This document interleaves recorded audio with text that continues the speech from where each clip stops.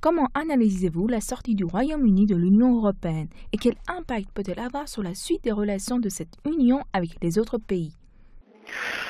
Sur la question du départ de la Grande-Bretagne est une vraie question politique et pas simple, est une question, je dirais, diplomatique et politique.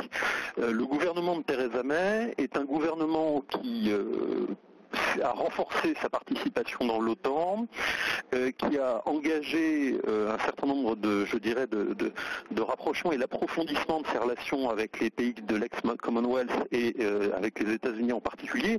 Donc finalement, la Grande-Bretagne revient en quelque sorte à sa mission initiale. Elle s'est certes découvert une âme et des intérêts européens pendant de nombreuses années, mais le constat qu'avait fait Charles de Gaulle il y a déjà une cinquantaine d'années reste valable.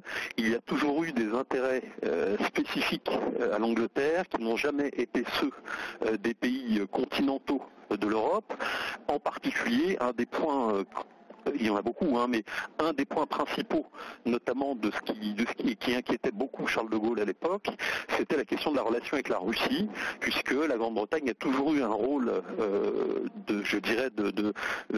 et une action franchement et vigoureusement anti-russe au sein des institutions européennes. Peut-être que l'éloignement de la Grande-Bretagne des institutions européennes aboutira finalement à débloquer en quelque sorte, à déverrouiller en quelque sorte ce qui empêchait un rapprochement avec la Russie. Il faudra peut-être pour cela un renouvellement de la classe politique, notamment en Allemagne.